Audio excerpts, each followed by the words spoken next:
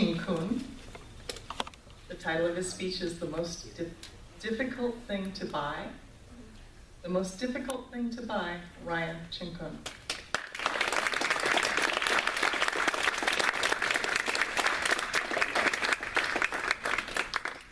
Good evening, everyone.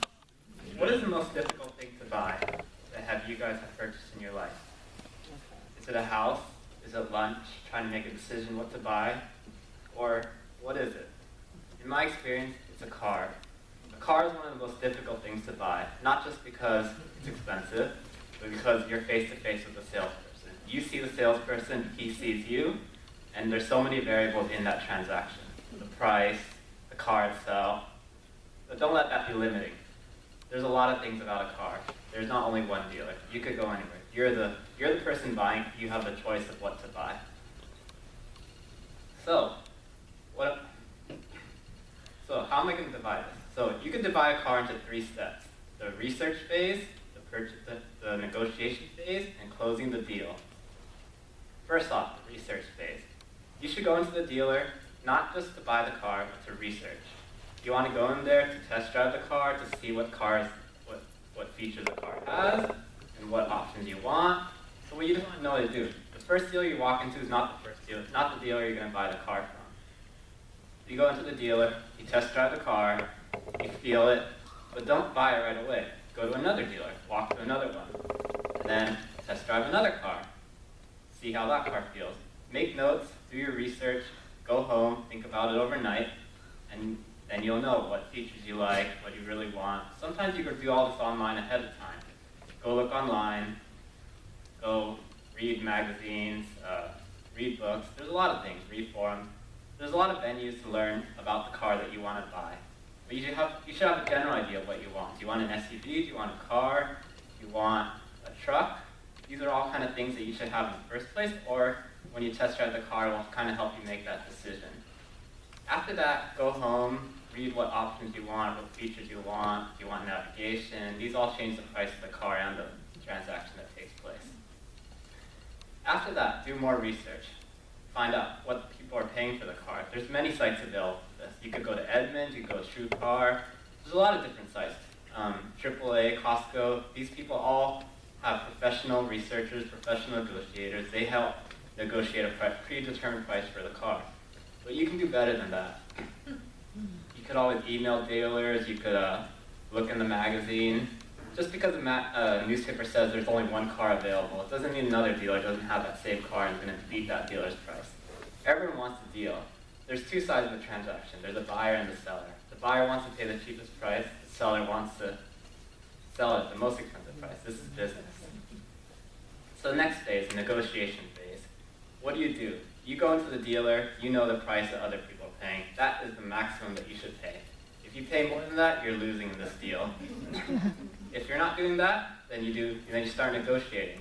Usually TrueCar, AAA prices, Costco prices, those are just starts. You walk into the dealer, usually they're going to tell you this price is BS. So after that, you go in, and then you start negotiating down from that price, because that's the maximum you should pay. Because that's a pre-negotiated price, that's a price that the dealer will accept no matter what. So why should you pay that price? You can do better. After that, you negotiate, you go back and forth, but you have to use your most powerful tool during the negotiation phase. You have to realize the most important thing you can do is walk out on the deal. Because if you walk out, the dealer, you're no longer in business with that dealer. They no longer could sell you a car. But you always could come back to that dealer.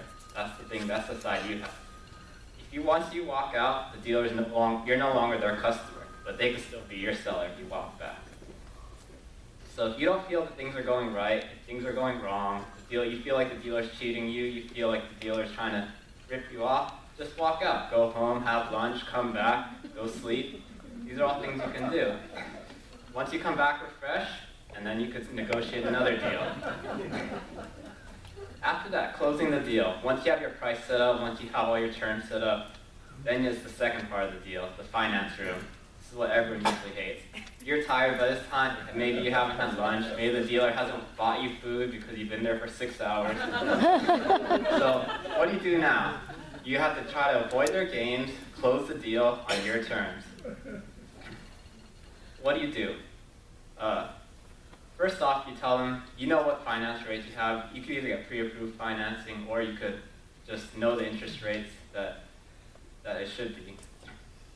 You could go online, type in how much you expect to pay. You could do all this from your phone and see what the payment should be. Usually sometimes dealers will tell you, oh, we'll sell you this car at 1% APR on a $20,000 car. But if you add up all the payments, somehow your payments are $50 more than what they should be. And then you ask the dealer what happened. They're going to be, oh, it's a mistake. We accidentally added this to you. We added that to this. So what do you do now? Then you have to stand by your side. These are the deals you agreed upon, so this is the term, this is your stance. You should, if you don't feel comfortable with safe, you could still walk out. You can walk out of this until the last page of the deal. Until you sign that paper. Until then, you could always walk out. So before that, what do? You have pre-negotiated financing, you know your terms, you calculate everything ahead of time. This is so you know what you should be paying.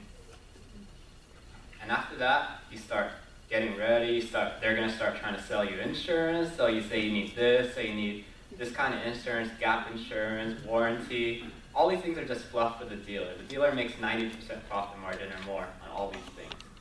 So once you ignore all those steps, say no, no, no, probably like for the 100th time, then you finally sign that paper on your terms, and you're happy with the deal, and this is the car you want. So in the end, what's going on? So you got the car, you're happy, this is the car you want, you got it on your terms. So in the end, you have to let yourself sell you the car, not the dealer sell you the car. And